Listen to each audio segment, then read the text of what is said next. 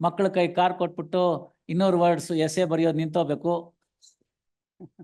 200 words ಎಸೆ ಬರೆದ್ಬಿಟ್ಟು go to that Mysore Road flyover. Every auto rickshaw has got 10 people. Every auto rickshaw has got 10 people. It is not applicable because the Mysore Road flyover till up to the market from Gauripalya is in Pakistan, not in India. This is the reality. This is the reality. ನೀವು ಎಂತಾನೇ strict ಆಫೀಸರ್ಗಾರ ಹಾಕಿ ಅಲ್ಲಿ ಹಿಡಿದ್ಬಿಟ್ರೆ ಅವ್ನು ನೋಡ್ತೀನಿ ನಾನು. ಯಾವ ಚಾನಲ್ಗೂ ಕಾಣೋದಿಲ್ಲ ಇದು, ಯಾವ ಚಾನಲ್ಗೂ ಕಾಣೋದಿಲ್ಲ. ನಮ್ಮ ಕಾನೂನಿನ ಪರಿಧಿ ಒಳಗಡೆಗೆ ಅಂಥದ್ದೊಂದು ಅವಕಾಶ ಕೊಟ್ಬಿಟ್ಟಿದ್ದಾರೆ. ಗೊತ್ತಾಯ್ತಲ್ಲ? ಫೇಲ್ ಆದರೆ ಏನು ಅಂತ ಹೇಳಿಲ್ಲ ಅವರು. Time has come, if you fail the consequences in law will be so high ಅನ್ನೋದು ಗೊತ್ತಾಗಬೇಕು ಜನಕ್ಕೆ. ಆವಾಗ ಅಂಥ ಕಚಡ ತಗೊಳ್ಳೋದು ನಿಲ್ಲಿಸ್ತಾರೆ. Insurance company if you contest the matter outside the India and ultimately fails, ದಿವಾಳಿ ಆಗ್ಬಿಡ್ತಾನೆ. ದಿವಾಳಿ ಆಗ್ಬಿಡ್ತಾನೆ ಕ್ಲೈಮ್ ಸ್ಯಾಟಿಸ್ಫೈ ಮಾಡೋಷ್ಟರಲ್ಲಿ ಕೋರ್ಟ್ಗೆ ಹೋದ್ರೆ. ಆ ಭಯಕ್ಕೆ ಸಣ್ಣ ಪುಟ್ಟದನ್ನು ಹೇಳಲ್ಲ. ಇಲ್ಲಿ ಈ ಥರ ಪ್ಲಾಸ್ಟಿಕ್ಗೆ ಬರಲ್ಲ, ಗಾಜಿಗೆ ಬರಲ್ಲ, ತಿಕ್ಕೋಕ್ ಬರಲ್ಲ, ಅದೆಲ್ಲ ಇರುತ್ತಲ್ಲ ಕೆಲಸ ಟಿಂಕರಿಂಗಲ್ಲಿ, ಕರ್ರ ಕರ್ರ ಅಂತ ತಿಕ್ಕೋದು, ಅದಕ್ಕೆ ದುಡ್ಡು ಕೊಡಲ್ಲ. ಇನ್ನೇನಕ್ಕೆ ಕೊಡ್ತೀಯ ಹಂಗಾರೆ ಇನ್ಶೂರೆನ್ಸ್ ಕಂಪ್ನಿಯವನು?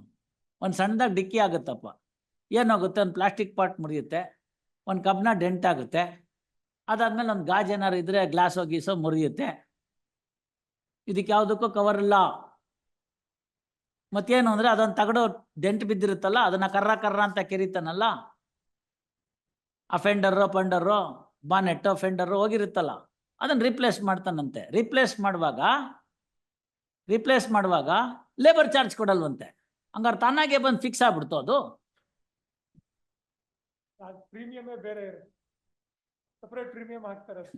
ನಾವು ಹಂಗೇನೆ ಇದೀವಿ ಬಿಡಿ. ಇಲ್ಲಿ ಕೂತಿದ್ದೀನಿ ನಾನು ಹೇಳೋಂಗಿಲ್ಲ, ಇಲ್ದಾರೆ ಒಳ್ಳೆ ಗಾದೆ ಇತ್ತು. ನಾವು ಹಂಗೆ ಇದೀವಿ. 350 ರೂಪಾಯಿಗೂ 500 ರೂಪಾಯಿಗೂ ಏನು ವ್ಯತ್ಯಾಸ ಸರ್? ಎಕ್ಸ್ಟ್ರಾ ಪರ್ಸನ್ ಕವರ್ ಮಾಡೋಕ್ಕೆ ಏನು ಸರ್ ನಿಮ್ಗೆ ಕಳ್ಕೊಳ್ಳೋದು? 150 ರೂಪಾಯಿ over a period of 1 year ಅಂತಂದ್ರೆ ಎಷ್ಟು? ಇವಾಗೇನೋ 500 ರೂಪಾಯಿ ಆಗಿದೆ. ಅದು 500 ರೂಪಾಯಿ over a period of 1 year ಅಂದರೆ ಎಷ್ಟು? 2 rupees a day. If you cover it in the inmate along with the driver. ಅದಕ್ಕೆ ನಾನು ಹೇಳ್ಬಿಟ್ಟಿದ್ದೀನಿ, ನೋಡಪ್ಪ ನೀನು ಏನಾರು ಮಾಡ್ಕೊ, all comprehensive including the driver ಎಷ್ಟಾಗುತ್ತೆ ಹೇಳೋ ಅಷ್ಟು ಕೊಟ್ಬಿಡ್ತೀನಿ. ಅವಾಗ ಏನಾಗುತ್ತೆ, ಮಗನೋ ತಮ್ಮನೋ ಇನ್ಯಾರೋ ರಿಲೇಟಿವ್ಸೋ ಫ್ರೆಂಡ್ಸೋ ಓಡಿಸ್ತಿದ್ರು ಕೂಡ ಅವರು ಕವರ್ ಆಗುತ್ತೆ. ಗ್ರಾಚಾರ ಕವರ್ ಮಾಡ್ಕೊಳಕ್ ತಾನೇ ನೀವು ಮಾಡ್ತಿದ್ದೀರಿ. ಅದರಲ್ಲೊಂದು 200-300 ಉಳಿಸೋದಕ್ಕೆ ಯಾಕೆ ಮಾಡಬೇಕು? ಕೊಟ್ಬಿಡ್ಬೇಕದನ್ನ.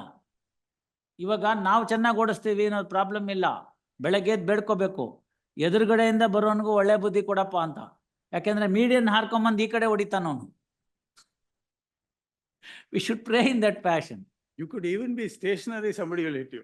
No, that is there, that is covered. ಮೊನ್ನೆ ಒಂದು ಇಂಟ್ರೆಸ್ಟಿಂಗ್ ಆರ್ಗ್ಯುಮೆಂಟ್ ಆಯಿತು. The vehicle was moving in the left side of the right side.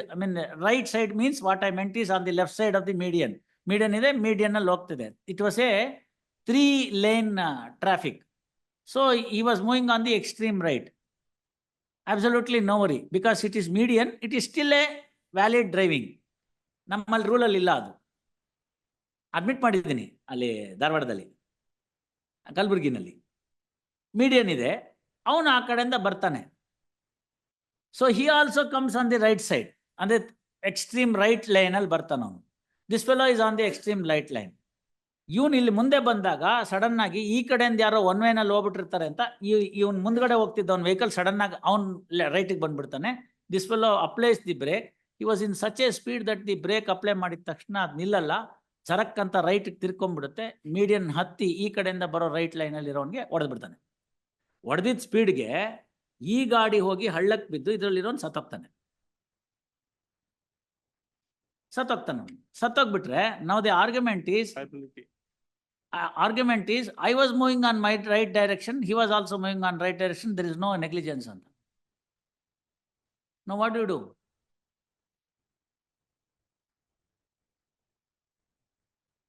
ಇವನ ಇನ್ಶೂರೆನ್ಸ್ ಕಂಪ್ನಿನವರು ಅದನ್ನ ತಕರಾರು ತೆಗಿತಾನೆ. My vehicle was moving in the right direction.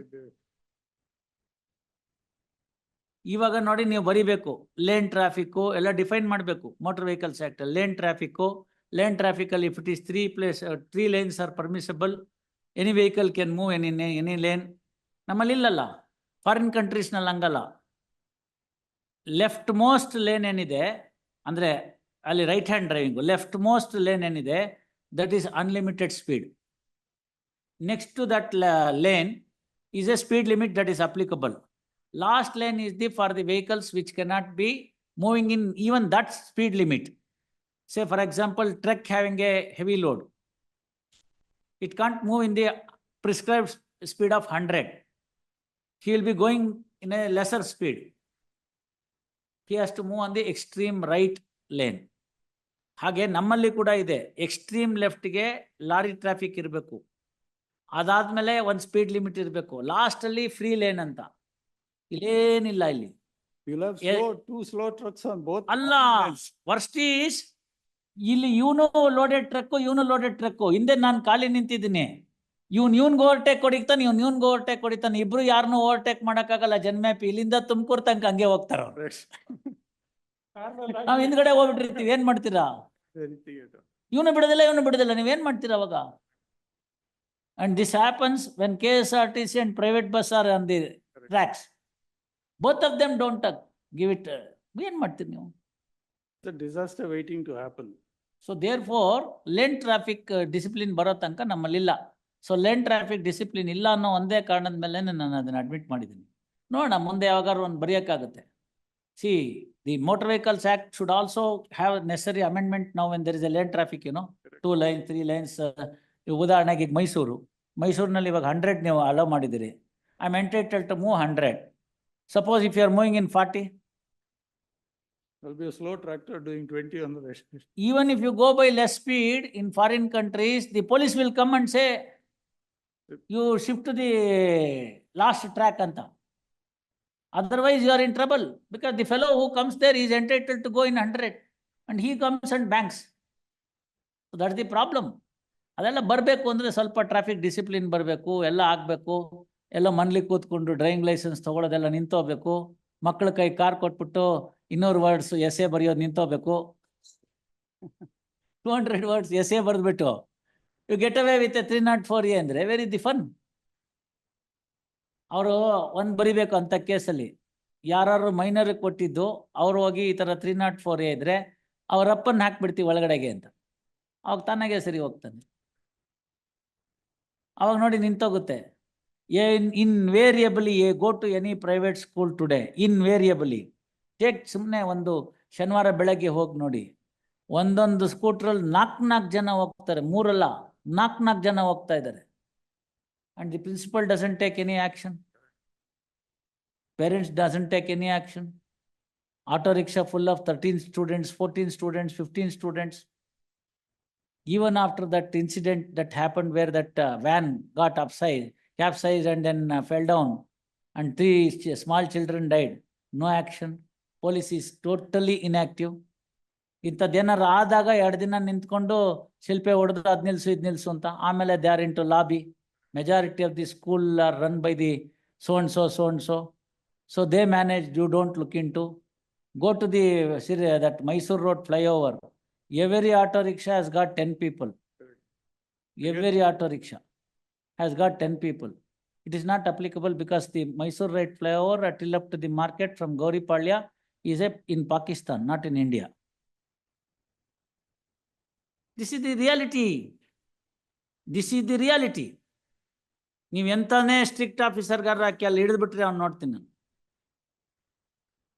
ಯಾವ ಚಾನಲ್ಗೂ ಕಾಣೋದಿಲ್ಲ ಇದು, ಯಾವ ಚಾನಲ್ಗೂ ಕಾಣೋದಿಲ್ಲ.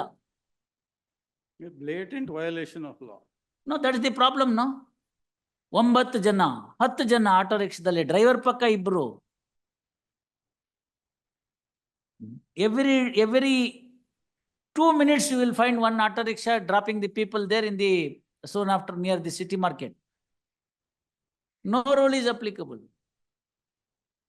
That's the problem. So it's all there. People are also of that nature. All right, 3rd of September.